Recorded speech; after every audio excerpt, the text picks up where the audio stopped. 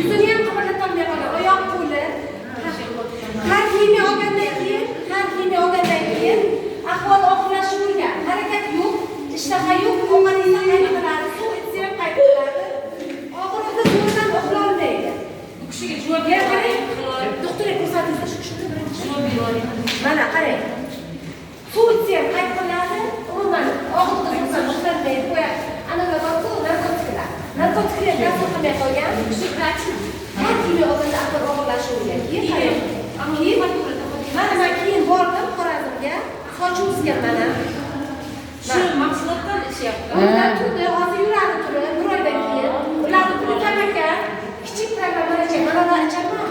Dona olyapti. Mana, soch chiqdi. Yo'q, o'xshamay qo'yapti. Qarang, bugun bergan chiqqan ishini aytaylik. Tashkilot bugun bergani 3 ta soch ichgan. Karantinda ishni so'radi, kechki paytgacha ertalab ovqatni ishtaha bilan. Ovqatni yeganda keyin uxlagan. Men hayron qolganimda og'zimda uxlamas ekan. Keyin buni xursand bo'lib ketdi. Lekin bor yo'q olgan narsasi hech qanday narsa olmayman. Rasmi bor.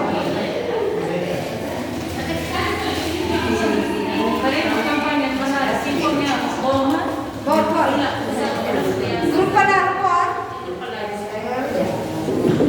Qarang, nima ishda? Ovqat yemayga tartib berdik, spirulin berdik, hashpikzot berdik, karantin va ziravlarni tozaladi, yodni tozaladi.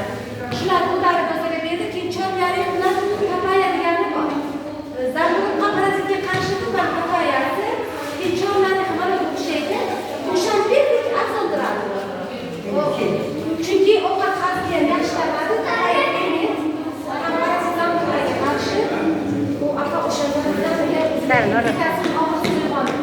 keyin qarang, birinchi kun harakat boshlandi. Keyin tanasini ko'tarib o'tirishni boshlabdi. Keyin